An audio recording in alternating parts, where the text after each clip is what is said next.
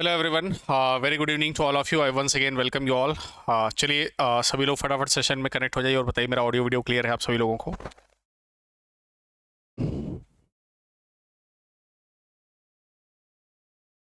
तो चलिए फ्रेंड्स, फटाफट सभी लोग सेशन में कनेक्ट हो जाइए और बताइए ऑडियो एंड वीडियो दोनों क्लियर है।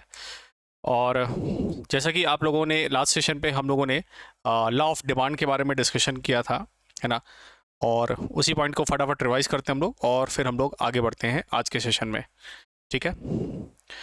अगर आपको याद हो तो लास्ट सेशन पे हमने मांग का नियम पढ़ा था। और मांग का नियम बेसिकली क्या था, अगर किसी चीज़ का प्राइस बढ़ता है, अगर किसी चीज़ के मूल्य को बढ़ाया जाता है तो उसकी डिमांड में आपको कमी देखने को मिलेगी, उसकी डिमांड में आपको गिरावट देखने को मिलेगी। ठीक है। तो ये हम लोगों ने पढ़ा था मांग का नियम। तो मांग का नियम बेसिकली क्या था, किसी चीज़ का प्राइस बढ़ने पर उसकी डिमांड जो है क्या होती है, घट जाती है। और अगर प्राइस घटाया जाता है तो डिमांड क्या होती है, बढ़ जाती है ना। तो ये पॉइंट हमने डिस्कस किया था। ठीक। और हमने कल दो केसेस भी देखे थे, दोनों केस में मैं आपको फटाफट रिवाइज करा देता हूँ। हम लोगों ने पढ़ा था शिफ्टिंग ऑफ डिमांड कर्व, है ना। डिमांड कर्व का मूवमेंट, एक तो प्राइस को चेंज करने पर मांग वक्र पर क्या असर पड़ता है, साथ ही साथ अन्य फैक्टर्स को बदलने पर मांग पर क्या असर पड़ता है, वो दो पॉइंट्स कल हमने डिस्कस किए थे। दोनों केस फटाफट मैं रिवाइज करा देता हूँ, फिर हम आगे बढ़ते हैं। देखिए, कल के सेशन में मैंने आपको बताया था कि जो है, अगर हम पहला केस देखें, केस वन में मैंने आपको कहा था, केस फर्स्ट हम लोगों ने डिस्कस किया था, जिसमें हमने कहा था एक्स एक्सिस पर हम हमेशा रखेंगे किसको, क्वांटिटी को। किसको रखेंगे, क्वांटिटी को, है ना। क्वांटिटी को रिप्रेजेंट करते हैं किससे, क्यू से। और वाई एक्सिस पर हम रखेंगे हमेशा किसको, कीमत को। किसको रखेंगे भाई, प्राइस को।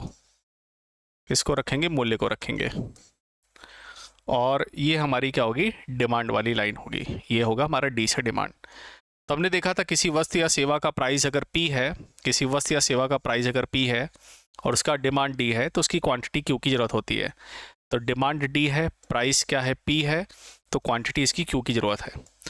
फिर हमने पढ़ा था किसी भी चीज़ का अगर प्राइस बढ़ा दिया जाए, प्राइस अगर बढ़ा के पी से पी वन कर दिया जाए, किसी भी चीज़ का दाम बढ़ा के, किसी वस्तु या सेवा का मूल्य बढ़ा के पी से पी वन कर दिया जाए तो उसके डिमांड में आपको गिरावट देखने को मिलती है और क्वांटिटी जो है ये आपकी कम जो है, आपको जो है कॉन्ट्रैक्शन देखने को मिलता है। और क्वांटिटी के लाइन पर आप जो है संख्या की लाइन पर लेफ़्ट साइड शिफ्ट होते हैं और डिमांड की लाइन टी से हो जाती है डी वन। और डिमांड लाइन पर, डिमांड वक्र पर आप किस तरफ मूव करते हैं, डिमांड वक्र पर आप ऊपर की तरफ क्या है, बढ़ते हैं। ठीक है। तो ये पॉइंट हमने पढ़ा था। नहीं, आज का सेशन का टाइम ही था 7:30। I am not let with in the session. Session का टाइम ही था 7:30। ठीक है। कल का सेशन आपको शेड्यूल आपको बता दिया जाएगा, उसी टाइम पर मैं कोशिश करूंगा आपके रेगुलर क्लासेस हों। और उसके बाद पी से यहाँ पर P2 कर दिया गया तो डिमांड हमारी बढ़ गई, डिमांड हमारी हो गई डी से D2 और क्वांटिटी हमारी हो गई क्या, Q से Q2। ठीक है। क्वांटिटी हमारी हो गई क्या, Q से Q2। तो यहाँ पर आपने देखा कि यहाँ पर अगर जो है मांग की अगर बात करें, किसी वस्तु का प्राइस अगर घटाया जाता है तो क्वांटिटी वाले लाइन पर, है ना, संख्या वाली लाइन पर हम left hand side, right hand side shift होते हैं, राइट हैंड साइड बढ़ते हैं। और इसमें देखने को मिलता है क्या, एक्सपेंशन, यहाँ पर बढ़ा हुआ हमें देखने को मिलता है। और अगर कीमत को बढ़ाया जाए तो मांग कम हो जाती है तो क्वांटिटी में क्या होता है, कॉन्ट्रैक्शन होता है, ये सिकुड़ता है। और मांग वक्र पर हम क्या करते हैं, ऊपर और नीचे की तरफ शिफ्ट होते हैं। जब हम यहाँ पर क्या कर रहे हैं, यहाँ पर हम चेंज कर रहे हैं, प्राइस को क्या कर रहे हैं, बदल रहे हैं। तो जब हम प्राइस को बदलते हैं तो मूवमेंट होता है अलोंग द कर्व, है ना। तो मूवमेंट होता है किसका, अलोंग द कर्व या अलोंग द वक्र जो है आपको मूवमेंट देखने को मिलेगा। ठीक, ये हमारा हो गया केस वन। चलिए अब हम बात करते हैं केस सेकंड की। केस सेकंड देखते हैं क्या है। मैंने आपको केस सेकंड देखा था जब प्राइस को हम स्थिर रखते हैं और अदर फैक्टर को चेंज करते हैं। इसमें दूसरे केस में हमने माना था प्राइस को कांस्टेंट, प्राइस को कांस्टेंट माना था, स्थिर माना था, और अदर फैक्टर्स को हमने चेंज किया था। कल के सेशन में ये हमने पढ़ा था, मैं फटाफट रिवाइज करा दे रहा हूँ ताकि आपको ये ध्यान रहे। ठीक, तो यहां पर हमने देखा था, देखिए इसको, तो यहां पर हमने देखा था कि किसी चीज का प्राइस अगर पी है और डिमांड अगर डी है, प्राइस अगर पी है, डिमांड डी है, क्वांटिटी अगर क्यू है। ठीक, तो मैंने आपको एक एग्जांपल दिया था आईफोन का, कि आईफोन का दाम 1 लाख रुपए ही है, लेकिन लोगों के पास पैसा ज़्यादा आ गया है। लोगों के पास चूंकि पैसा ज़्यादा आ गया, इस वजह से लोग ज़्यादा अब आईफोन खरीदना शुरू कर दिए। तो आईफोन का प्राइस उतना ही है, आईफोन का प्राइस उतना ही है, लेकिन लोगों के पास पैसा ज़्यादा आ गया, इसलिए लोगों ने ज़्यादा इसको खरीदना शुरू कर दिया। तो डिमांड कर्व बाहर की तरफ शिफ्ट होगा। जब लोगों के पास आमदनी ज़्यादा होगी, लोग किसी चीज़ को सेम दाम पर अगर ख़रीदना शुरू कर देंगे, तो यहाँ पर ये डिमांड कर्व बाहर की तरफ बढ़ जाएगा, बाहर की तरफ पूरा शिफ्ट होगा, और ये क्या हो जाएगा, डी से D1 हो जाएगा। ठीक, दूसरा केस हमने देखा था कि अगर मारुति 800 का दाम जो है, किसी भी वस्तु का दाम अगर उतना ही है जितना पहले था, मारुति 800 का दाम पहले भी 2 लाख रुपए था, मान लेते अभी भी 2 लाख रुपए है, लेकिन आज अपने पास पैसा ज़्यादा है, तो हम कुछ और गाड़ियाँ खरीदना पसंद करेंगे, 800 नहीं खरीदेंगे। तो पैसा, कीमत उतनी होने पर भी कई बार होता है क्या है, वस्तुओं की मांग जो है कम हो जाती है। जैसे फैशन के आइटम, उतने ही दाम में प्रोडक्ट मिल रहा है, लेकिन लोग खरीदना कम पसंद कर रहे हैं, तो डिमांड कर्व अंदर की तरफ शिफ्ट हो जाएगा, ये हो जाएगा D2। तो डिमांड कर्व जो है अदर फैक्टर्स को बदलने पर अंदर की तरफ या बाहर की तरफ शिफ्ट होता है। प्राइस आपका क्या होता है, सेम होता है दूसरे केस में। ये दोनों हमने मांग का नियम पढ़ा था। इसमें से किसी का कोई डाउट हो, कोई क्वेश्चन हो, पूछिए। तो ये आउटसाइड या इनसाइड, आउटवर्ड या इनवर्ड शिफ्टिंग होती है, या अपसाइड डाउनसाइड शिफ्टिंग होती है। देखिए, क्लियर है सभी को इतना? यहां तक किसी का कोई डाउट हो, पूछिए फटाफट।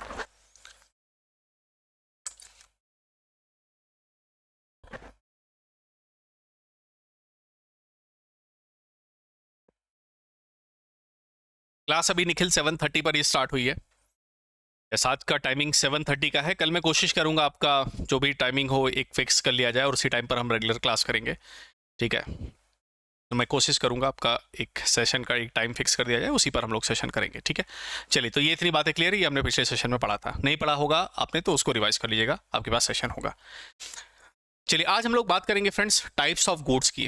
आज हम लोग कोशिश करेंगे टाइप्स ऑफ गुड्स पहले समझेंगे, विभिन्न प्रकार की वस्तुओं के प्रकार हम समझेंगे। साथ ही साथ हम लोग टाइप्स ऑफ गुड्स को समझने के बाद हम लोग बात करेंगे इलास्टिसिटी ऑफ डिमांड की, मांग की लोच के बारे में बात करेंगे। तो सबसे पहले कोशिश करते हैं टाइप्स ऑफ गुड्स हम लोग समझ लें, उसको पूरा कर लें। सो टाइप ऑफ गुड्स,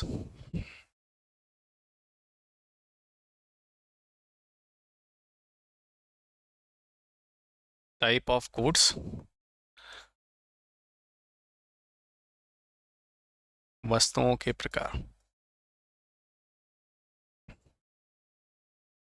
वस्तुओं के प्रकार या फिर टाइप ऑफ गुड्स।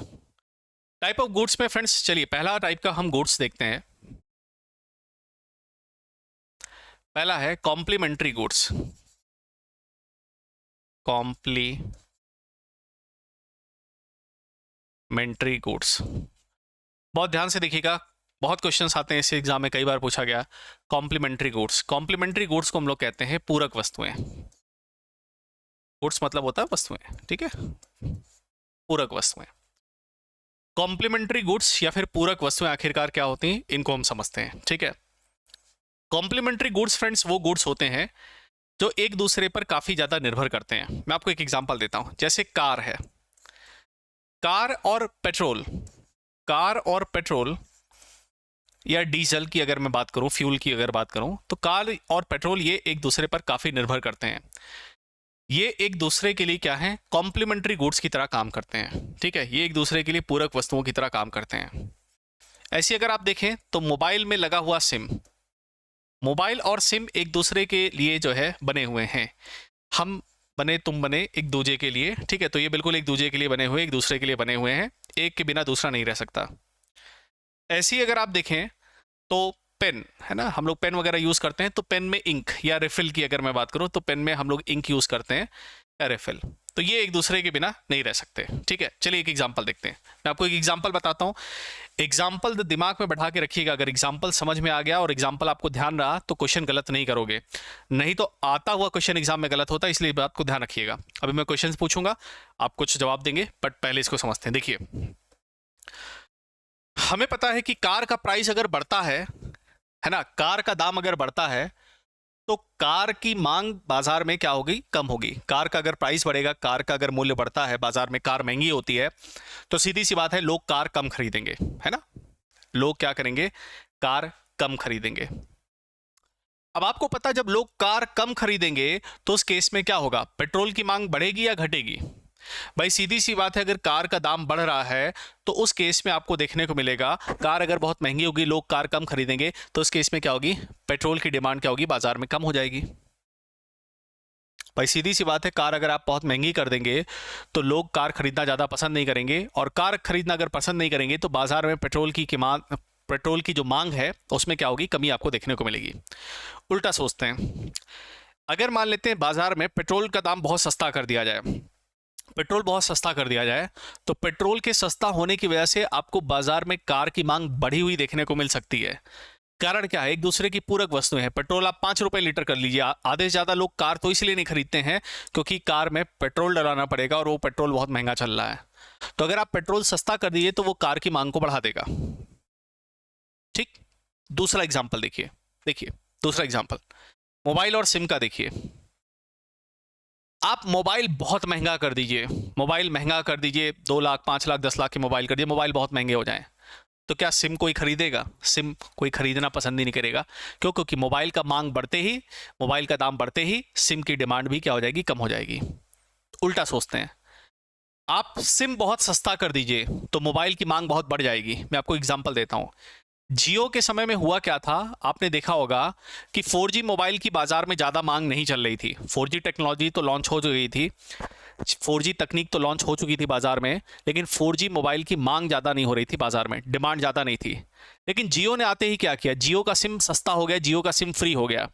जैसे ही जियो का सिम फ्री हुआ, किसी के पास कम भी पैसा था तो वो भी जाकर के भाग भाग के 4G फ़ोन खरीद रहा था, तो सभी लोग 4G फ़ोन खरीदना पसंद कर रहे थे और अचानक बाजार में 4G फ़ोन्स की डिमांड बहुत ज़्यादा बढ़ने लगी।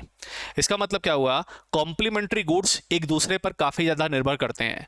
उसमें एक का प्राइस बढ़ने पर या एक का प्राइस घटने पर उसका सीधा असर उसके पूरक वस्तुओं पर तुरंत आता है। ठीक, एक और एग्जाम्पल देखिए, लेट्स सपोज इंक का दाम बहुत महंगा कर दिया जाए, इंक जो है बहुत महंगी कर दी जाए। तो इंक अगर बहुत महंगी हो जाए तो इसका मतलब आपको क्या असर देखने को मिलेगा, अगर इंक जो है वो बहुत महंगी हो जाएगी, अगर इंक जो है बहुत महंगी हो जाएगी तो लोग पेन कम खरीदेंगे और कुछ अल्टरनेटिव सोल्यूशन करने की कोशिश करेंगे। पेन की मांग जो है उसमें गिरावट आपको देखने को मिलेंगी। दूसरी चीज़, अगर पेन बहुत महंगा कर दीजिए तो इंक का यूज़ धीरे धीरे कम हो जाएगा, लोग कम पेन यूज़ करेंगे, इंक कम यूज़ करेंगे। इसका मतलब आपको ये एक बात अच्छे से समझ में आ गई कि कॉम्प्लीमेंट्री वस्तुएं वो होती हैं, पूरक वस्तुएं वो होती हैं जो एक दूसरे के बिना जो है अधूरी हैं। कार के बिना पेट्रोल बेकार है, ठीक है, सिम के बिना मोबाइल बेकार है, इंक के बिना पेन बेकार है। ठीक है, तो ये आपको बिल्कुल ध्यान रखना है।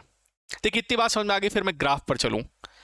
कंसेप्ट अगर आपको समझ में आता है तो graph is very easy for you. अगर आपको कंसेप्ट समझ में आ रहा है तो ग्राफ आपके लिए बहुत आसान है, नहीं तो ग्राफ आप बार बार रटोगे, और कितना रटोगे, क्योंकि माइक्रो इकोनॉमिक्स में हम कई सारे ग्राफ्स पढ़ेंगे। तो अगर आपको एक बार कंसेप्ट पता है कि कंसेप्ट किस तरीके से चल रहा है तो ग्राफ आपके लिए बहुत ही आसान होने वाला है। देखिए इतनी बात सभी को समझ में आ गई है। अब हम इसका एक ग्राफ बनाते हैं।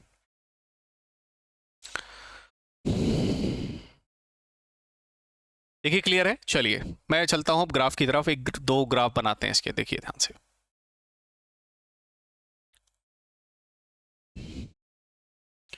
ये आपका यहां पर इंक है। चलिए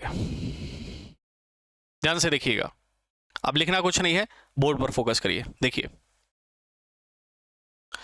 मैंने आपको एक कंसेप्ट बताया है कि हमेशा जो है एक्स एक्सिस पर, ये हमारा एक्स एक्सिस है, हमेशा एक्स एक्सिस पर रखना है क्या, क्वांटिटी। एक्स एक्सिस पर हमेशा क्या रखेंगे, क्वांटिटी। वाई एक्सिस पर हमेशा क्या होगा, प्राइस होगा। ठीक, तो चलिए देखते हैं, हम एक एग्जांपल देते हैं। वाई एक्सिस पर हम रखते हैं कार को, वाई एक्सिस पर हम क्या रखते हैं, कार के प्राइस को, कार की कीमत को रखते हैं, और एक्स एक्सिस पर हम रखते हैं पेट्रोल।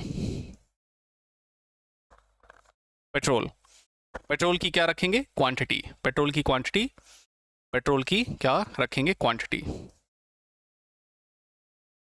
देखते हैं ग्राफ कैसा बनेगा। ठीक है, और ये हमारे पास डिमांड वाली लाइन। चलिए देखते हैं, ध्यान से देखिएगा। देखिए अगर पेट्रोल का प्राइस P चल रहा है, पेट्रोल का प्राइस P चल रहा है तो इसकी डिमांड D है और क्वांटिटी Q यूज़ हो रही है।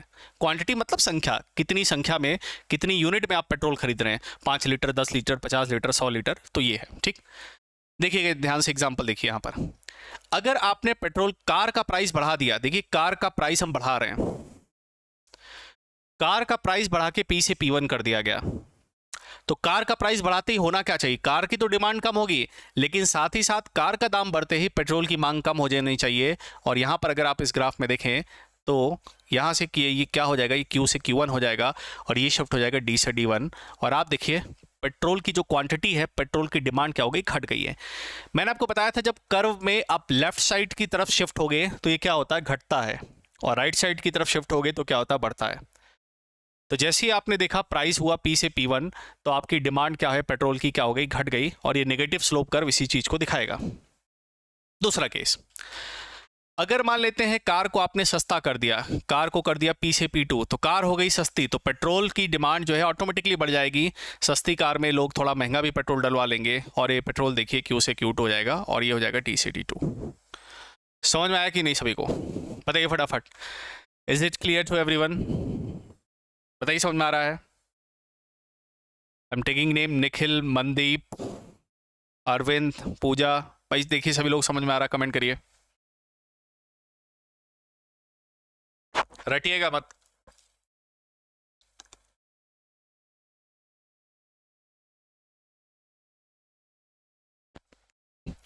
रटने की कोशिश करेंगे तभी समस्या आएगी, नहीं रटोगे तो मैं भरोसा दिलाता हूँ आपको इकोनॉमिक्स सारी समझ में आएगी। और जहाँ कुछ थोड़ा बहुत रटना वाला होगा मैं बता दूंगा कि भाई इसको रटना है, इसमें मैं कुछ नहीं कर सकता, ठीक है, तो मैं बता दूंगा। लेकिन जब तक समझने वाला कंसेप्ट है बिल्कुल दिमाग लगा के समझिए, ठीक है। चलिए, एग्जाम में क्वेश्चन पूछा जाएगा, एग्जाम में क्वेश्चन पूछा जाएगा कि वस्तु ए का दाम बढ़ने पर वस्तु बी की मांग जो है वो घट जाती है, मांग के वक्र पर क्वांटिटी जो है वो किस तरफ शिफ्ट होगी। फिर से सुनिए, ए वस्तु का मांग बढ़ने पर, ए वस्तु का दाम बढ़ने पर बी वस्तु की जो है मांग जो है बाजार में क्या हो जाती है, कम हो जाती है। तो आपके दिमाग पे तुरंत क्लिक होना चाहिए, ए का दाम बढ़ने पर अगर बी की मांग कम हो रही है तो इसका मतलब एग्जाम में किसकी बात की जा रही है, कॉम्प्लीमेंट्री गुड्स की बात की जा रही है, पूरक वस्तुओं की बात करी जा रही है। वो एग्जाम में आपको कार पेट्रोल नहीं लिख के देगा, कार पेट्रोल लिख के देगा तो आपके दिमाग पे तो तुरंत पता चल जाएगा, वो कार पेट्रोल नहीं लिखेगा, वो लिखेगा वस्तु ए की बाजार में मांग बढ़ जाती है जब वस्तु बी को सस्ता कर दिया जाता है। तो ये किस प्रकार की वस्तुओं का एग्जाम्पल आपको बताया जा रहा है, ऑप्शन दिया रहेगा, पूरक वस्तुएं हैं, प्रतिस्थापन वस्तुएं हैं, श्रेष्ठ गुड्स हैं, इंफीरियर गुड्स हैं, गिफिन गुड्स हैं, वो सब आपको लिखा रहेगा, ठीक। शिफ्टिंग में ध्यान रखिएगा। चलिए, अगर आपको ये पेट्रोल के साइड से समझ में आ गया, तो अगर आपको कार वाला एग्जाम्पल समझ में आ गया तो इसका दूसरा एग्जाम्पल भी आपको बिल्कुल समझ में आएगा। देखिए इसको, फोकस ऑन दिस वन, देखिए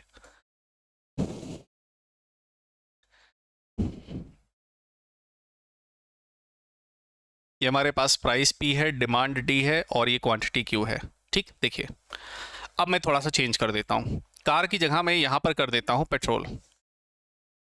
एक बात आपको हमेशा ध्यान रखना है, वाई एक्सिस पर होता है प्राइस, वाई एक्सिस पर क्या होता है, कीमत होती है भाई, याद रखिएगा। यहाँ मांग मत रख दीजिए, क्वांटिटी रखो, सब गड़बड़ हो जाएगा। स्टैंडर्ड ग्राफ होते हैं, ध्यान रखिएगा। यहाँ पर होती है हमारी प्राइस, यहाँ पर हमारा होता है, यहाँ पर हम रखते हैं कार, कार की क्या होगी यहाँ पर क्वांटिटी, क्वांटिटी कितनी संख्या में कार खरीदी जा रही है। देखिए पेट्रोल का दाम बढ़ गया, पेट्रोल बहुत महंगा हो गया, सरकार ने कहा 500 रुपये लीटर अब पेट्रोल बिकेगा। पेट्रोल का प्राइस अगर बढ़ता है तो देखिए क्वांटिटी, कार लोग कम खरीदेंगे, क्वांटिटी देखिए लेफ्ट साइड शिफ्ट हो गई। अगर पेट्रोल का प्राइस सस्ता हो जाए तो लोग कार ज़्यादा खरीदने लगेंगे और कार का प्राइस देखिए बढ़ जाएगा। तो डिमांड हो गई D से D2, D से D1।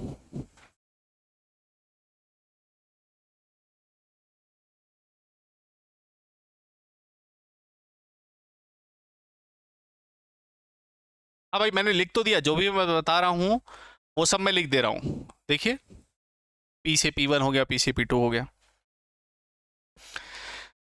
देखिए इतना सभी ने लिख लिया, समझ में आ गया सभी को।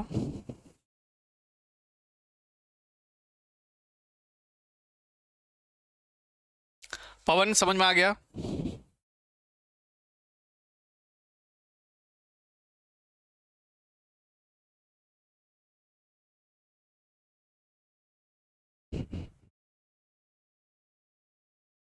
क्लियर है?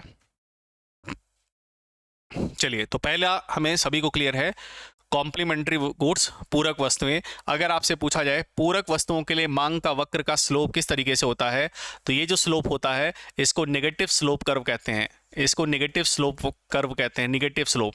ये इन्वर्स रिलेशन को दिखाता है, जिसमें एक चीज़ की मांग बढ़ने पर, एक चीज़ का प्राइस बढ़ने पर दूसरे का जो है डिमांड जो है आपको घटता हुआ आपको देखने को मिलेगा। ठीक है, तो पहला आपको क्लियर है कॉम्प्लीमेंट्री गुड्स। चलिए दूसरा आपको देखने को मिलता है सब्स्टिट्यूट गुड्स, या इसको अल्टरनेट गुड्स भी कहते हैं। अल्टरनेट गुड्स, इसको कहते हैं प्रतिस्थापन वस्तुएं।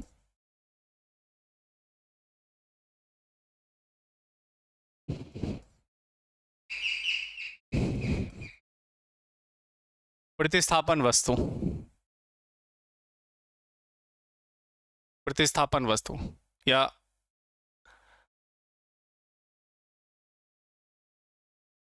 हम इसको कह रहे हैं substitute good. Just a minute.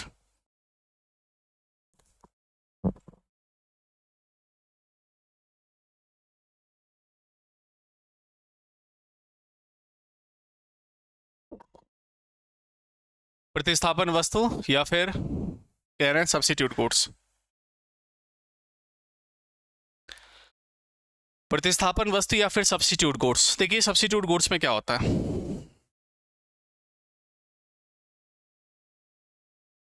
जैसे टी, कॉफी।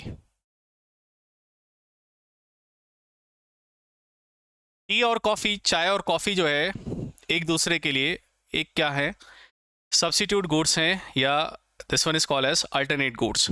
ये सब्स्टिट्यूट गुड्स या फिर अल्टरनेट गुड्स की तरह आपको काम करते हुए देखने को मिलती हैं। मैं आपको एक सिंपल सा एग्जांपल दिखाता हूँ। देखिए, अगर बाजार में चाय बहुत महंगी हो जाए, अगर बाजार में चाय का दाम बहुत बढ़ा दिया जाए, चाय का दाम बहुत ज़्यादा बढ़ जाए, चाय का प्राइस, चाय की कीमत बहुत ज़्यादा बढ़ जाए, तो आपको क्या लगता है चाय का दाम बढ़ने से कॉफ़ी की मांग बाजार में कम हो जाएगी या ज़्यादा होनी चाहिए? बताइए कमेंट सेक्शन में। अगर चाय बहुत महंगी हो जाए, टी को अगर बहुत महंगा कर दिया जाए, कॉस्टली कर दिया जाए, तो कॉफ़ी की डिमांड बाजार में बढ़ेगी या घटेगी? सोच के बताइए क्या होगा आंसर। अगर बाजार में चाय बहुत महंगी कर दी जाए, चाय का प्राइस बढ़ा दिया जाए, तो कॉफ़ी पर क्या असर पड़ेगा, कॉफ़ी की डिमांड पर क्या असर पड़ेगा? कॉफ़ी की मांग ज़्यादा होगी या कम हो जाएगी? बढ़ेगा, इंक्रीज होगा या डिक्रीज होगा?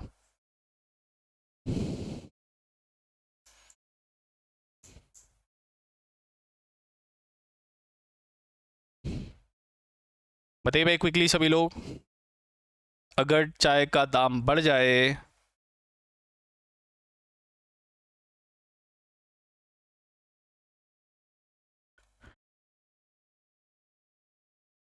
नहीं बिल्कुल पवन करने की ज़रूरत है, ज़्यादा डिटेल में पढ़ेंगे इस बार सिलेबस आ गया है, so will discuss in detail. पढ़ने की ज़रूरत है, दोबारा पढ़ने की बिल्कुल ज़रूरत है पवन।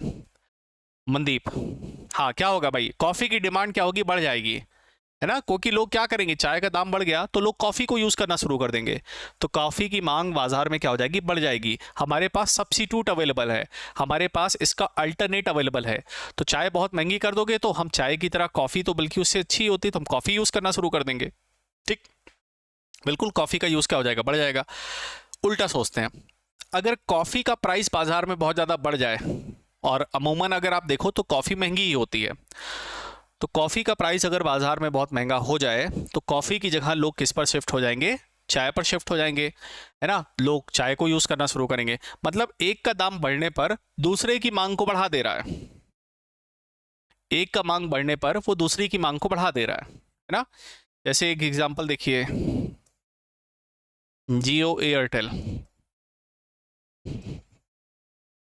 जियो और एयरटेल, जियो वाले अपना दाम बहुत महंगा कर दें तो हम एयरटेल यूज़ करने लगेंगे, एयरटेल वाले अपना दाम बहुत बढ़ा दें तो ऐसा नहीं कि जियो की मांग कम होगी, तो लोग जियो यूज़ करना शुरू कर देंगे। तो इसमें आपको सब्स्टिट्यूट गुड्स में आपको ये पता चल रहा है कि इसमें एक तरह से पॉजिटिव रिलेशन आपको देखने को मिलता है कि एक का प्राइस बढ़ने पर दूसरे की मांग जो है बढ़ जाती है, खुद की मांग तो गिर जाएगी लेकिन दूसरे की मांग, दूसरे की डिमांड जो है बढ़ जाएगी। इस तरह के केस में होता क्या है, बाजार में सब्स्टिट्यूट अवेलेबल होता है और इसीलिए एक कंज्यूमर के लिए, एक उपभोक्ता के लिए बाजार में सब्स्टिट्यूट गुड्स का, सब्स्टिट्यूट आइटम्स का होना बहुत ज़रूरी है। अगर सब्स्टिट्यूट आइटम्स हैं बाजार में तो लोग क्या करते हैं, लोग जो है, लोगों के पास सस्ती चीज़ें खरीदने का एक अच्छा मौका रहता है, लोग कम दामों में चीज़ें खरीद पाते हैं और लोगों को क्वालिटी मिल पाती है। आगे मैं आपको डिफरेंट टाइप्स ऑफ मार्केट की बात करूंगा। अगर बाजार में किसी चीज़ की मोनोपोली हो जाए, जब हम डिफरेंट टाइप ऑफ मार्केट्स की बात करेंगे, अगर बाजार में किसी चीज़ की मोनोपोली हो जाए, मतलब एकाधिकार हो जाए, तो वो एक उपभोक्ता के लिए, एक कंज्यूमर के लिए वो बिल्कुल भी अच्छा नहीं होता है। क्यों? क्योंकि अगर कंपनी का सब्स्टिट्यूट, कंपनी का प्रतिस्थापन वस्तु या सब्स्टिट्यूट गुड्स अगर बाजार में नहीं है, तो उस केस में कंपनी क्या करेगी, मनमानी करेगी और आपको जितने मन करे दाम पर, उतने दाम पर प्रोडक्ट अपना बेचेगी। ठीक, जैसे बाजार में देखिए, ओप्पो है, वीवो है, शाओमी है, वन प्लस है ना, इनके दिन अब इनके सभी मोबाइल्स के सब्स्टिट्यूट आपके पास अवेलेबल हैं और कंपनी जानबूझ के आपकी अपनी स्ट्रेटजी के तहत अपने लिए खुद सब्स्टिट्यूट बना के तैयार करती है। जैसे मैं आपको बताता हूँ, एक कंपनी है चाइना की जिसका नाम है बीबीके इलेक्ट्रॉनिक्स, शायद आपने नाम सुना होगा। चाइना की कंपनी जिसका नाम है बीबीके इलेक्ट्रॉनिक्स। ओप्पो, वीवो और ओप्पो, वीवो हो गया, वन प्लस हो गया, if I am not wrong Realme हो गया, इस तरह की 3-4 कंपनियों के मालिक केवल ये बीबीके इलेक्ट्रॉनिक्स कंपनी ही है। इन सब की कंपनी एक है, लेकिन इसने दिमाग से खेलने के लिए कस्टमर के क्या कर रखा है, अलग अलग नाम से 4 कंपनियां बना रखा है। उसको पता है वीवो नहीं लोगे तो ओप्पो ले लोगे, ओप्पो नहीं ले लोगे तो रियलमी ले लोगे, रियलमी नहीं लोगे तो वन प्लस ले लोगे। वो एक ही कंपनी, एक ही मालिक 4 कंपनियां चला रहा है। तो हमारे दिमाग से खेल रहा, क्यों? क्योंकि उसने अपने अपने ही सब्स्टिट्यूट तैयार कर रखे हैं, है ना। या फिर आपका प्रोडक्ट इतना बेस्ट क्वालिटी का हो कि आपका सब्स्टिट्यूट हो ही ना। जैसे आईफोन का कोई सब्स्टिट्यूट नहीं है, आईफोन इज आईफोन। ठीक,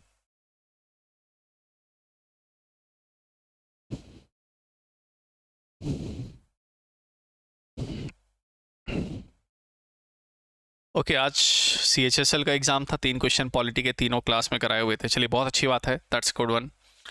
हाँ, मोबाइल कंपनी अक्सर ऐसा करती हैं। चलिए अब इसका ग्राफ बनाते हैं, देखिए क्या होगा।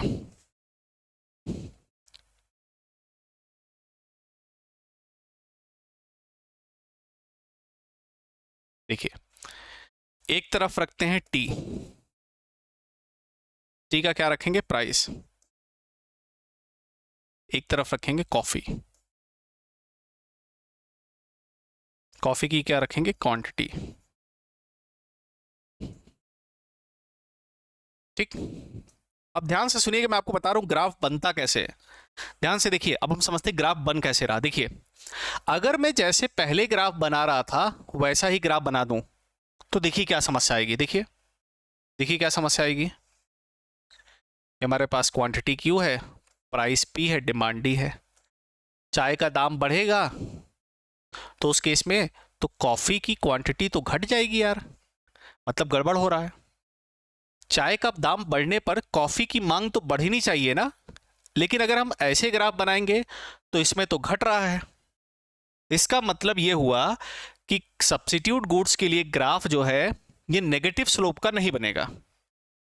देखिएगा लॉजिक किस तरीके से आपको समझना है, ध्यान से देखिए।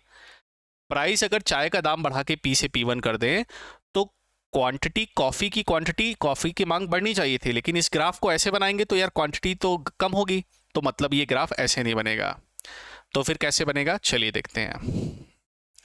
अब यहाँ पर फ्रेंड्स ये हमारा बनेगा पॉजिटिव स्लोप का ग्राफ, नॉट नेगेटिव वन।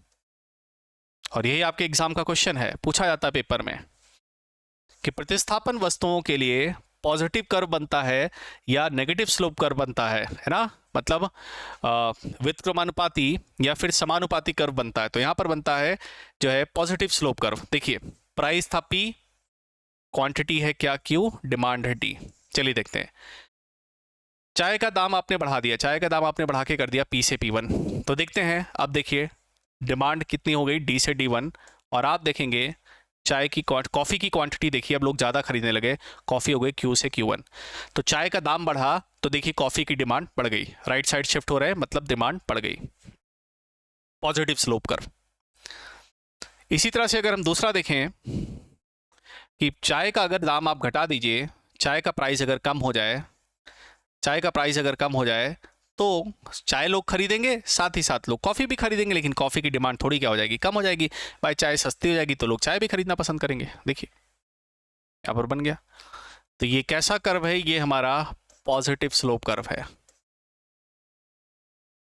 तो ये एग्जाम में क्वेश्चन पूछा गया, सब्स्टिट्यूट गुड्स के लिए ग्राफ जो होता है वो पॉजिटिव बनता है या नेगेटिव बनता है। तो याद रखिएगा फ्रेंड्स, सब्स्टिट्यूट गुड्स के लिए जो ग्राफ होता है वो पॉजिटिव स्लोप होता है, उसमें हम पॉजिटिव स्लोप देखते हैं, क्योंकि एक बढ़ेगा तो दूसरे पर उसका असर आना चाहिए, क्योंकि एक का प्राइस बढ़ा तो दूसरे की डिमांड बढ़ जाएगी बाजार में। समझ में आया सभी को? देखिए मैं आपको जो भी पॉसिबल ग्राफ है मैं सारे आपको बना के इसलिए दिखा रहा हूँ ताकि आपको एग्जाम में रटना ना पड़े, आपके दिमाग में कंसेप्ट रहेगी किस तरीके से चीज़ें निकल के आ रही। दूसरा देखिए, एक और केस देख लेते हैं। यहाँ रख देते हैं कॉफ़ी को, कॉफ़ी को यहाँ रख देते हैं, कॉफ़ी का प्राइस यहाँ रख देते हैं। यहाँ रख देते हैं टी को, चाय रख देते हैं, चाय की क्या क्वांटिटी, चाय की रख देते हैं क्या क्वांटिटी। देखते हैं पॉजिटिव स्लोप कर्व है। देखिए कॉफ़ी का प्राइस पी था तो इसकी डिमांड डी थी, क्वांटिटी क्यू यूज़ हो रही थी। चलिए एक काम करते हैं, कॉफ़ी का प्राइस बढ़ा देते हैं, कॉफ़ी का प्राइस बढ़ के पी से P1 हो गया, चाय की डिमांड तुरंत भाग जाएगी ऊपर की तरफ, क्वांटिटी Q से Q1 हो जाएगी और डिमांड हो जाएगी D से D1। प्राइस देखिए घटाया, कॉफ़ी सस्ता कर दिया तो कॉफ़ी की डिमांड बढ़ जाएगी, लेकिन चाय की मांग जो है थोड़ी बाजार में कम हो जाएगी। क्या हो जाएगी, Q से Q2, ये हो गया D1, ये हो गया D2। देखिए भाई सभी को सब्स्टिट्यूट गुड समझ में आया कि नहीं? फटाफट देखिए, फटाफट देखिए, कमेंट सेक्शन बताइए हाँ सर समझ में आ गया, फिर आगे बढ़ते हैं।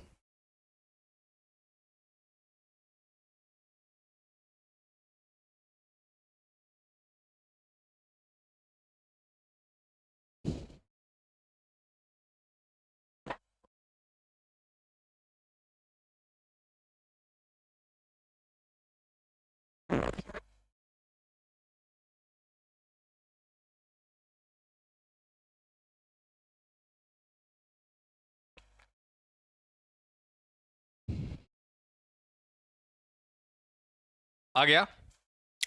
बना भी लीजिएगा, ऐसा ना हो कि केवल देखते रहें, है ना।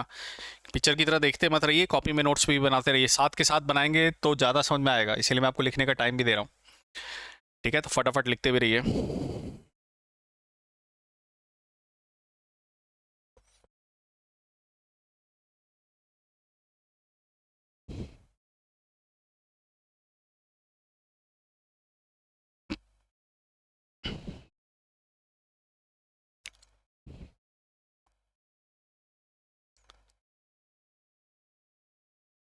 सभी लोग कमेंट करिए, लिख लिया?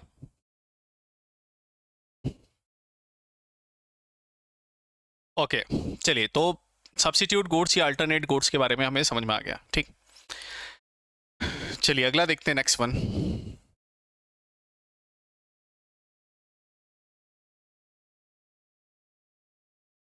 Necessity goods.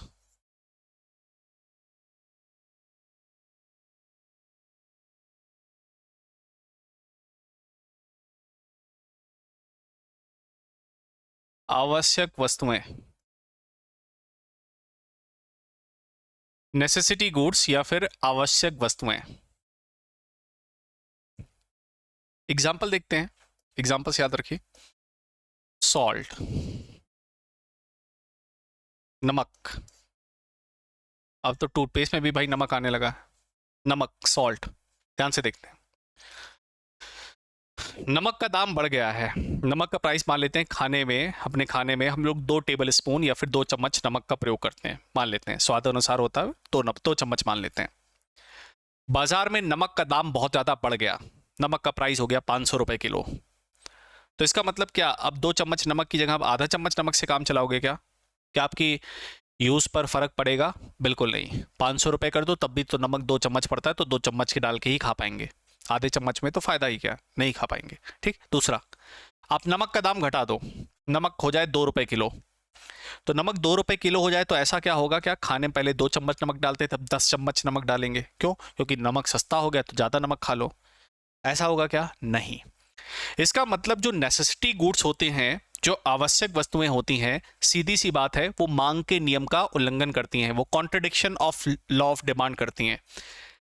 तो सीधा सा क्वेश्चन एक एग्जाम में पूछा गया है कई बार कि मांग के नियम का उल्लंघन इनमें से किस प्रकार की वस्तुएं करती हैं। ऑप्शन दिया रहेगा आपको, पूरक वस्तुएं हो गई, प्रतिस्थापन वस्तुएं हो गई, या फिर आपके आवश्यक वस्तुएं हो गई, इन्फीरियर गुड्स हो गए, घटिया वस्तुएं हो गई।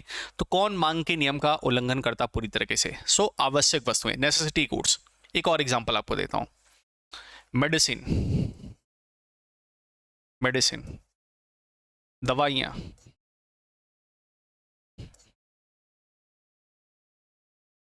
दवाई बहुत महंगी चल रही है, 2,000 रुपए की एक टेबलेट आ रही है। तो डॉक्टर ने बताया है दिन में 2 गोलियां खाने के लिए, तो क्या आधा गोली खा के काम चलाओगे? नहीं भाई। 2 टेबलेट कहा है डॉक्टर ने, तो 2 टेबलेट खाएंगे, चाहे 2,000 की 5,000 कर दे। दवाइयाँ बहुत सस्ती हो जाए, 2 रुपए की एक टेबलेट आने लगी, डॉक्टर ने कहा है दिन में 2 टेबलेट खाना है, 2 रुपए की टेबलेट आ रही है, दिन में 2 खानी है। तो क्या आप दिन में 10 खा लोगे कि चलो यार सस्ता हो गया, दवाई ज़्यादा खा लेते हैं? नहीं। जितनी आपको ज़रूरत है उतनी ही आप खाएंगे। तो इसका मतलब हमें क्या बात पता चल रही है कि जो आवश्यक वस्तुएं होते हैं, प्राइस के चेंज होने पर उनकी मांग पर ज़्यादा असर नहीं देखने को मिलता है। वो बहुत ज़्यादा मांग से, प्राइस से जो है बहुत ज़्यादा प्राइस सेंसिटिव नहीं होती हैं, और उनका दाम बढ़ाने पर उन पर बहुत ज़्यादा असर नहीं पड़ता है। तो इसीलिए एग्जाम में क्वेश्चन पूछा गया, निम्नलिखित में से कौन सी वस्तुएं मांग के नियम का उल्लंघन करती हैं? तो सीधा सा क्या आ जाएगा आपका? नेसेसिटी गुड्स, नेसेसिटी आइटम्स, है ना।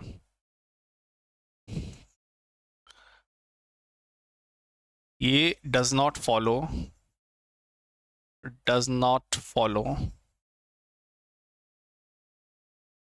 Demand law, does not follow law of demand.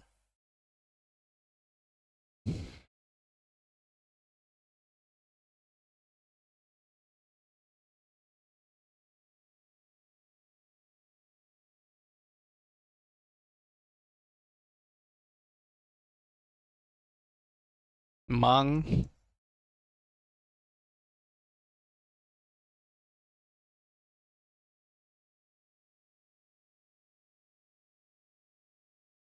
मांग के नियम का उल्लंघन करती हैं।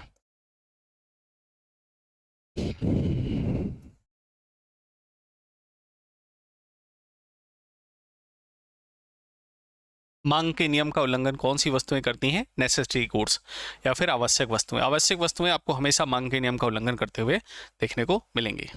देखिए सभी को क्लियर है?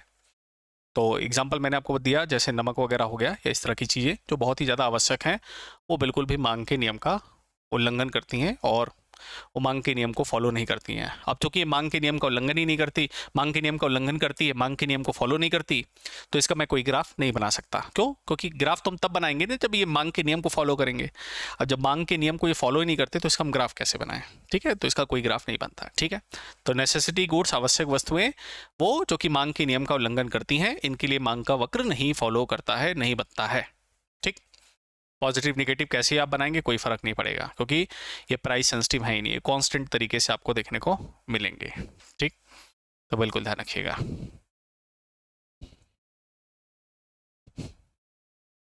ठीक है, अगर आप चाहें तो एक, चलिए वो इलास्टिसिटी ऑफ डिमांड का एग्जांपल हो जाएगा, यहाँ कर्व बनाने की जरूरत नहीं है। ठीक है, चलिए अगला देखते हैं। अगला है types of goods based on money. यहां पर हम देखते हैं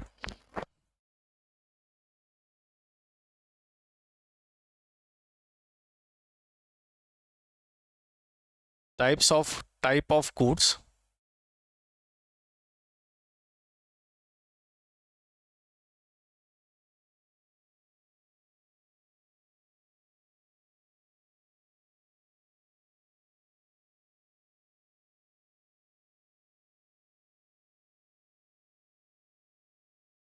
प्राइस, कीमत के आधार पर वस्तुओं के प्रकार।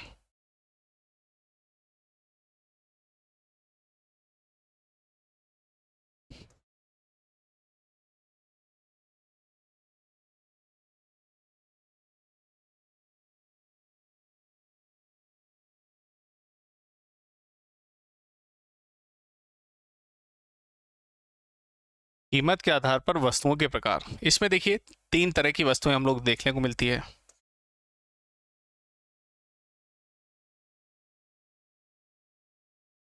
सुपीरियर गुड्स,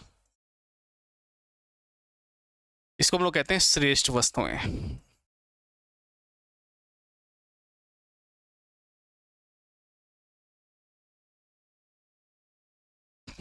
दूसरा इंफीरियर गुड्स,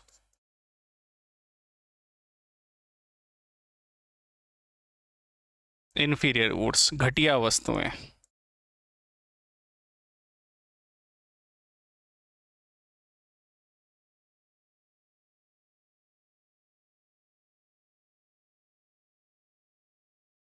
गिफिन गुड्स, बेकार वस्तुएं।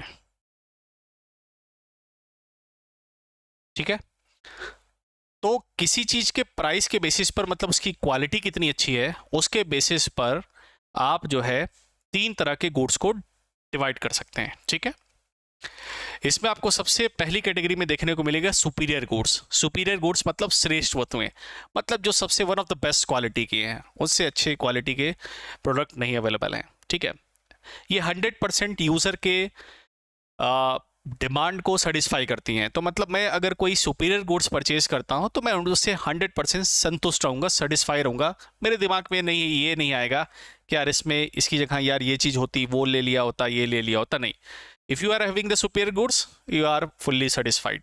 ठीक है, आप पूरी तरीके से संतुष्ट उसमें देखने को मिलेंगे। इन्फीरियर गुड्स वो वस्तुएं होती हैं जो सुपीरियर गुड्स से थोड़ी सी खराब क्वालिटी की होती हैं। इनकी क्वालिटी थोड़ी सी घटिया होती है, थोड़ी खराब क्वालिटी होती है, बट फिर भी लोग इसको खरीदते हैं, इसको यूज़ करते हैं। तो मिडिल क्लास सेगमेंट का जो आदमी होता है, जो मध्यम वर्गीय परिवार के लोग होते हैं, वो ज़्यादातर इन्फीरियर गुड्स खरीदते हैं, ज़्यादातर घटिया वस्तुएं। घटिया वस्तुएं मतलब जो ज़्यादातर काम चलाओ जो चीज़ें होती हैं वो खरीदते हैं। जैसे मैं आपको एक एग्जाम्पल देता हूँ, शोरूम के अंदर 5,000 रुपये का भी कपड़ा मिलता है ना, वो हो गया मान लेते हैं सुपीरियर गुड्स। उसके बाद हम नॉर्मल किसी दुकान में, विशाल मेगा मार्ट्स वगैरह इस तरह के किसी दुकान पे चले गए, या अपने नॉर्मल लोकल मार्केट में चले गए, वहाँ हमको 1,000-1,500 रुपये के कपड़े मिलते हैं। तो 1,000-1,500 रुपये के कपड़े होते हैं, वो इन्फीरियर गुड्स होते हैं, लेकिन अपना काम चला देते हैं। ठीक है, क्वालिटी बहुत ज़्यादा बेकार भी नहीं होती है, लेकिन अपना काम चला देते हैं। उसके बाद तीसरी कैटेगरी अगर आप देखोगे, गिफिन वस्तुएं, बेकार वस्तुएं। आपने देखा होगा सड़क पर भी लोग जो है कपड़े बेचते हुए आपको देखने को मिल जाएंगे, है ना, जिसमें वो चटाई वगैरह कुछ बिछा दिया और वहां पर कुछ कपड़े वो क्या कर रहे हैं, बेच रहे हैं। तो कहने को वो कपड़े भी बिकते हैं और वो बहुत ज़्यादा प्राइस सेंसिटिव नहीं रहते हैं। अगर अगला जितने का बेच रहा है, पड़ोस वाला भी लगभग उतने का ही बेच रहा होता है, लोग उसको भी खरीदते हैं, लेकिन वो सबसे क्या होते हैं, बेकार क्वालिटी के होते हैं। तो ऐसे ही आपको सुपीरियर गुड्स, इन्फीरियर गुड्स और गिफिन गुड्स। गिफिन गुड्स बेकार वस्तुएं, बिल्कुल थर्ड क्वालिटी का जो प्रोडक्ट होता है वो गिफिन वस्तुएं में आता है। क्या ये बिकता है सर बाजार में? यस, ये भी बाजार में बिकता है ना। ये बाजार में जो है बिकता है, ये भी डिमांड के नियम का पॉजिटिव होता है। इसका प्राइस बढ़ेगा तब भी ये बिकेगा, है ना। तो ये चीज़ें बिकती ही बिकती हैं। ठीक, जैसे आप खाने पीने के प्रोडक्ट की बात करें, जैसे मैं चावल की अगर बात करूं, एक तो सबसे बेस्ट क्वालिटी का चावल है ना, आप बासमती मान लेते हैं यूज़ कर रहे हैं, ठीक है, तो बासमती बेस्ट क्वालिटी आ गई। उसके बाद मंसूरी है, जीरा बत्ती से, अलग अलग क्वालिटी के चावल आते हैं मिडिल क्लास सेगमेंट में, तो वो थोड़े से उससे लो क्वालिटी के वो आप यूज़ कर रहे हैं। एक है सबसे घटिया क्वालिटी का जो कोटे वाले चावल जो है, वैसे सरकार तो बढ़िया क्वालिटी के चावल देती है, लेकिन बीच में जो एफसीआई के गोदाम के जो अधिकारी वगैरह रहते हैं, वो बढ़िया चावल बाजार में बेच के घटिया चावल लेके उसको कोटे में बांटते हैं। तो वो जो सबसे घटिया क्वालिटी का जो चावल आपको देखने को मिलता है वो गिफिन वस्तुओं के अंदर आ जाएगा।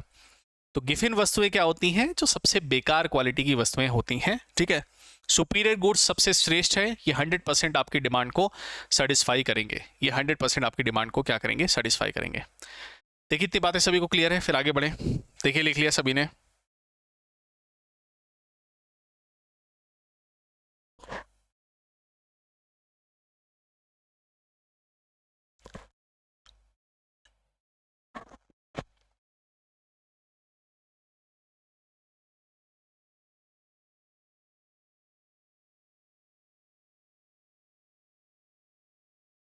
सुपीरियर गुड्स, इंफीरियर गुड्स और गिफिन गुड्स। गिफिन वस्तुएं, गिफिन वस्तुएं क्या होती हैं? जो सबसे बेकार क्वालिटी की वस्तुएं हैं। ठीक है, जैसे मैं अगर एग्जांपल लिखना चाहूँ आपको ताकि दिमाग में रहे, यहाँ मैंने लिख दिया आईफोन।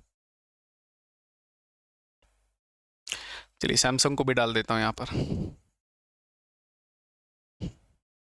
सैमसंग वैसे मिड सेगमेंट में काफ़ी फ़ोन डाल देता है, चलिए कोई नहीं। Vivo, Oppo, one plus, MI, ये सब इसमें आ गए। लास्ट वाले में अपने क्या आ जाएंगे, माइक्रोमैक्स,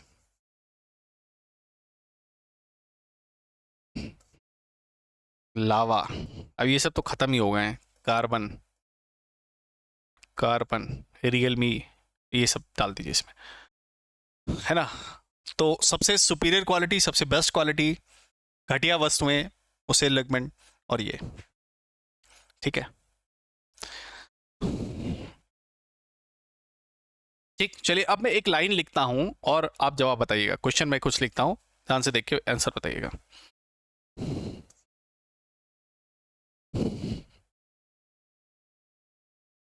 क्वेश्चन है, पहले समझिए, सभी घटिया वस्तुएं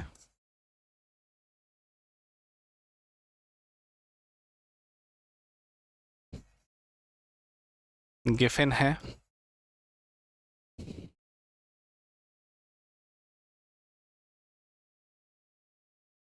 सभी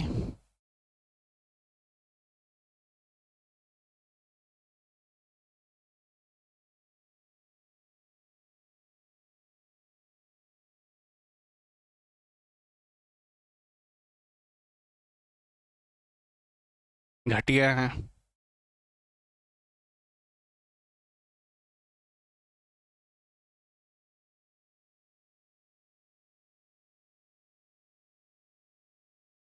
कुछ घटिया वस्तुएं बेकार हैं।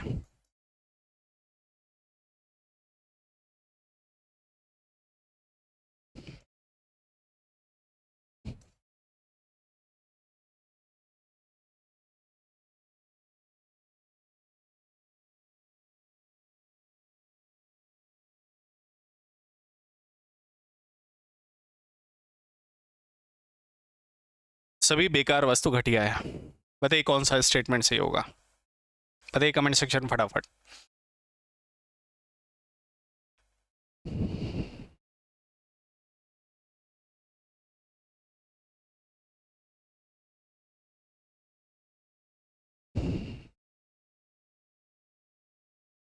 कौन कौन से ऑप्शन सही हैं, देख के बताइए।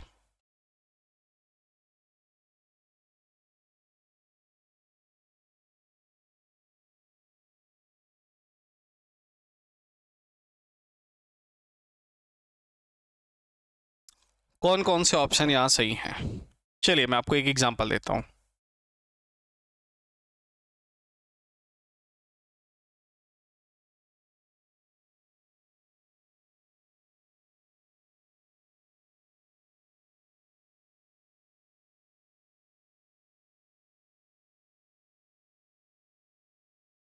सभी वस्तुएं घटिया तो हैं, लेकिन इसमें जो सबसे बेकार वस्तु है वो है गिफिन। घटिया वस्तु जो है लगभग सारी हैं, ये भी घटिया है, ये भी घटिया है, लेकिन घटिया में जो सबसे घटिया है वो है बेकार, मतलब वो है गिफिन वस्तु। चलिए देखते हैं। तो इसका मतलब क्या हुआ, सभी गिफिन वस्तुएं घटिया हैं। तो क्या ऐसा कुछ है, सभी गिफिन वस्तुएं घटिया हैं? हाँ, दूसरा ऑप्शन, सभी गिफिन वस्तुएं घटिया हैं, सभी गिफिन वस्तुएं घटिया हैं, सही बात है। पहला स्टेटमेंट पढ़ते हैं, सभी घटिया वस्तु गिफिन है, सभी घटिया वस्तु गिफिन है नहीं, ये देखिए गिफिन नहीं है, ये गिफिन नहीं है, तो सभी घटिया वस्तु गिफिन है नहीं, पहला तो गलत है।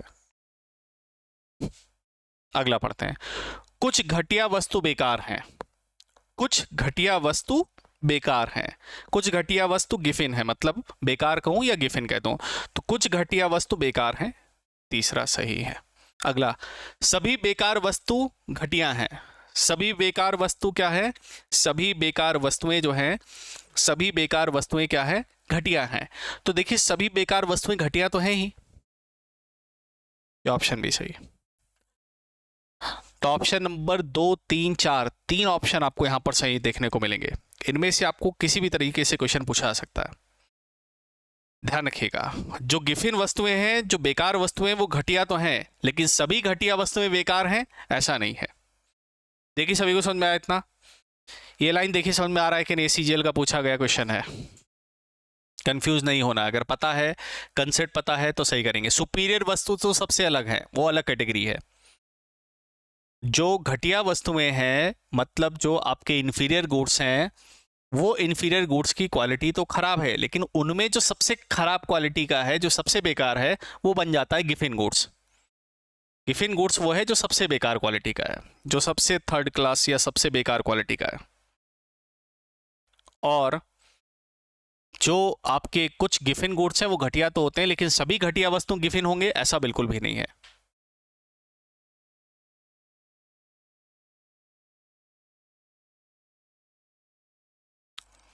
सेकेंड एंड फोर स्टेटमेंट, सभी गिफिन वस्तुएं घटिया हैं, सभी बेकार वस्तुएं घटिया सही बात है, सही बात है। Yes Nikhil, second and fourth तो सेम स्टेटमेंट ही लिखा है। हाँ बहुत अच्छा, फिर भी कुछ लोग धोखा खा गए।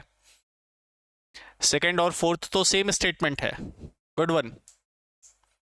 हाँ इस तरह से आप और स्टेटमेंट भी बना सकते हैं, लेकिन आपको मेरा मोटिव है कंसेप्ट समझाना। देखिए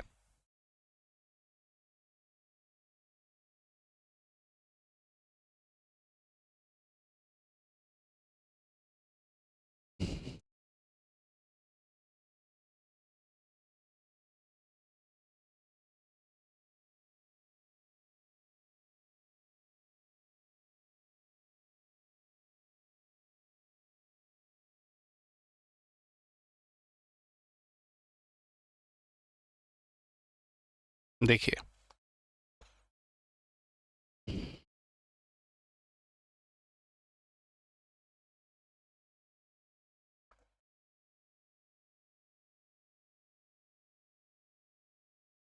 ध्यान से देखिएगा। देखिए आईफोन वालों को तो इनसे मतलब ही नहीं, आईफोन वालों को तो इनसे मतलब ही नहीं। सुपीरियर गुड्स तो सबसे अलग हैं, सुपीरियर गुड्स तो 100% है and they are the best one. उनका उनका प्राइस बढ़ेगा तो तुरंत उनकी डिमांड गिर जाती है, प्राइस घटेगा तुरंत लोग टूट पड़ते हैं उसको लेने के लिए। तो ये तो 100% लॉ ऑफ डिमांड को फॉलो करेंगे और बहुत ही प्राइस सेंसिटिव होते हैं। आईफोन का प्राइस सस्ता हो जाए, 10,000 रुपये मिलने लगे, लोग टूट पड़ेंगे, वहाँ पर मार हो जाएगी, लड़ाई उड़ाई हो जाएगी आईफोन लेने के लिए। और आईफोन का प्राइस बढ़ जाए तो लोग खरीदने वाले भी कम हो जाएंगे, तो बहुत सेंसिटिव होता है। ठीक, ये तो बिल्कुल अलग है। चलिए, ये सभी के सभी वस्तुएं, ये सारे के सारे जो है प्रोडक्ट जो है घटिया हैं, मतलब इन्फीरियर क्वालिटी के हैं, अच्छी क्वालिटी के नहीं है, ये सब घटिया हैं, इन्फीरियर हैं। लेकिन इस घटिया में जो सबसे घटिया है ये है गिफिन, ये वाले हैं गिफिन, ये हैं वाले गिफिन, गिफिन बेकार, ये हैं क्या, बेकार। ठीक है, ये हैं गिफिन वाले बेकार। तो अगर हम कहें कुछ बेकार वस्तुएं घटिया हैं, तो बिल्कुल सही बात, बेकार वस्तुएं घटिया हैं। लेकिन सभी घटिया वस्तुएं बेकार हैं, बिल्कुल गलत है। कुछ घटिया वस्तुएं बेकार है, बिल्कुल सही है। क्या घटिया वस्तुएं जो है सुपीरियर हैं, बिल्कुल नहीं। घटिया कह रहे तो सुपीरियर कहाँ से हो गई, ये तो बिल्कुल अलग है। ठीक, जैसे अभी आप लोग अच्छे से अगर पढ़ाई नहीं कर रहे हैं तो अभी आप लोग सभी के सभी क्या हैं, गिफिन वस्तुएं हैं, अभी सब आप लोग गिफिन गुड्स हैं। लेकिन जैसे ही पढ़ाई करते रहेंगे, अच्छे से मेहनत करते रहेंगे, जैसे ही नौकरी लगेगी, आप गिफिन गुड्स से सीधे सुपीरियर गुड्स बनेंगे, इन्फीरियर नहीं, आप सीधे बनेंगे सुपीरियर गुड्स, इस कैटेगरी में आ जाएंगे, है ना, इस कैटेगरी में आ जाएंगे। तो इसीलिए अच्छे से लग के पढ़ाई करिए, मेहनत करिए, ताकि आप गिफिन वस्तुएं ना बने रहें, है ना, आप क्या बन जाए, सुपीरियर गुड्स बन जाएं। और ज़िंदगी में हमेशा ध्यान रखिएगा, या तो रहिए सुपीरियर गुड्स, या तो बनिए क्या, कॉम्प्लीमेंट्री गुड्स, है ना। क्या बनना है आपको ज़िंदगी में, कॉम्प्लीमेंट्री गुड्स, पूरक वस्तुएं कि आपके बिना काम ना चल सके। प्रतिस्थापन वस्तुएं, सब्स्टिट्यूट मत बनिएगा, है ना। मान लेते हैं किसी की शादी वगैरह हो रखी है, शादी वगैरह हो रखी है ना, घर में जो है बीवी रोज़ लड़ाई करती है, वाइफ रोज़ लड़ाई करती है, तो बाहर उसकी वो सौतन खोजता है। अब सौतन खोजता है तो उसकी क्या है, सब्स्टिट्यूट है। अब घरवाली तंग करेगी तो बाहर भाग जाएगा, बाहर वाली तंग करेगी तो घर वालों को ज़्यादा वैल्यू बढ़ जाएगी, है ना। अगर भाई किसी का बॉयफ्रेंड है, किसी का गर्लफ्रेंड है, पढ़ोगे नहीं, मेहनत नहीं करोगे, तो अगली छोड़ के चली जाएगी या अगला छोड़ के चला जाएगा, सब्स्टिट्यूट तुरंत मिल जाएगा। तो हमेशा ध्यान रखिएगा, सब्स्टिट्यूट नहीं बनना है। क्या बनना है आपको, आपको बनना है या तो नेसेसिटी गुड्स बन जाइए, या फिर क्या बन जाइए, कॉम्प्लीमेंट्री गुड्स बन जाइए। गिफिन रहेंगे, सब्स्टिट्यूट रहेंगे, ज़िंदगी में काम नहीं चलने वाला। ठीक है, इन्फीरियर वस्तुएं इन्फीरियर वस्तुएं लॉ ऑफ डिमांड को फॉलो करती हैं, बट गिफिन वस्तुओं में लॉ ऑफ डिमांड का बहुत ज़्यादा असर नहीं पड़ता, वो अपोजिट तरीके से काम करती है। उनका प्राइस बढ़ता भी है तब भी उनकी डिमांड बढ़ी रहती है। तो लॉ ऑफ डिमांड को फॉलो तो करते हैं लेकिन बहुत ज़्यादा प्राइस सेंसिटिव नहीं होते हैं। आगे हम निखिल एक पढ़ेंगे टॉपिक इलास्टिसिटी ऑफ डिमांड, मांग की लोच पढ़ेंगे। तो मांग की लोच में इस कंसेप्ट को अच्छे से समझेंगे। अगर प्रैक्टिकली पूछो तो गिफिन वस्तुएं जो है मांग के नियम को जनरली फॉलो नहीं करती हैं। उनका दाम बढ़ता है तब भी लोग उसको बढ़ चढ़ के खरीदते हैं। भाई सबसे घटिया क्वालिटी का प्रोडक्ट बिक रहा है, वो अगर थोड़ा महंगा भी हो जाता तो उससे घटिया तो मेरे को मिलेगा नहीं कुछ, तो मैं मजबूरी में उसको खरीद ही लेता हूँ। तो इनडायरेक्टली जो बिल्कुल घटिया प्रोडक्ट होते हैं वो नेसेसरी गुड्स की तरह कई बार काम कर जाते हैं, है ना। जैसे मान लेते हैं मैं यार सबसे थर्ड क्वालिटी का 10 रुपये किलो वाला चावल खाता हूँ। अब जो है वो चावल अगर 10 रुपये वाला जो सबसे मैं घटिया खाता हूँ वो बढ़ के 15 रुपये का हो जाए तो मैं क्या खाना बंद कर दूंगा क्या? नहीं, तो फिर मैं मजबूरी में यार उससे घटिया तो उससे सस्ता तो कुछ मिलना नहीं मेरे को, तो मैं वो 15 रुपये वाला ही खा लूंगा। तो अगर कोई पूछे कि गिफिन वस्तुएं जो है मांग के नियम का उल्लंघन करती हैं, तो हाँ कह सकते हैं कि उल्लंघन करती हैं। कारण क्या है? क्योंकि ये नेसेसरी गुड्स की तरह आपको देखने को मिलती हैं। इकोनॉमिक्स के जो मेजर कंसेप्ट्स हैं मैं वो आपको करा दूंगा। उसके कुछ स्टैटिस्टिकल पार्ट वो आपको संदीप सर करा देंगे। हरियाणा की कुछ स्कीम्स वो आपको ज़्यादा बेटर तरीके से कराएंगे। देश का जो इकोनॉमिक सर्वे है वो मैंने आपको करा दिया है, नेशनल इकोनॉमिक सर्वे, जो देश का इकोनॉमिक सर्वे उसके 2 सेशंस मैंने करा रखे हैं, तो यूट्यूब चैनल पर पड़े हुए वो आप बिल्कुल देख लीजिएगा। देखिए इतनी बातें समझ में आ गई? ओके, तो आज ये हमारा टाइप्स ऑफ गुड्स ये टॉपिक कवर अप कंप्लीट होता है। कल के सेशन में हम मिलेंगे, तो कल के सेशन में हम बात करेंगे इलास्टिसिटी ऑफ डिमांड की, मांग की लोच का। कल का सेशन बिल्कुल मत मिस करिएगा, बहुत इंपॉर्टेंट सेशन है जिसमें मांग की लोच पढ़ेंगे कि अगर किसी चीज़ का प्राइस बढ़ता है तो उसकी डिमांड कितनी गिरेगी। क्या बहुत ज़्यादा गिर जाती है, कम गिरती है, तो अधिक लोचदार, बेलोचदार मांग, है ना, कम लोचदार, ये सब हम पढ़ेंगे। तो लोचदार जो इलास्टिसिटी ऑफ डिमांड है, जो मांग की जो लोच है, उसका बहुत क्वेश्चन बनता है एग्जाम में। तो अगला सेशन जो है जरूर सेशन कंटिन्यू करिएगा और सेशन में रेगुलर बने रहेंगे तो आपको चीज़ें आराम समझ में आएगी। फिर भी किसी का कोई डाउट हो, कोई क्वेश्चन हो, बिल्कुल बताइए, बिल्कुल पूछिए। क्लियर इतना? तो चलिए फिलहाल फ्रेंड्स आज के लिए इतना ही करते हैं, बाकी मिलेंगे नेक्स्ट सेशन पर। तो see you in the next session, till then bye bye, take care, thank you very much. और रिवीजन जरूर कर लीजिएगा, मिलते हैं नेक्स्ट सेशन पे। Okay, thank you.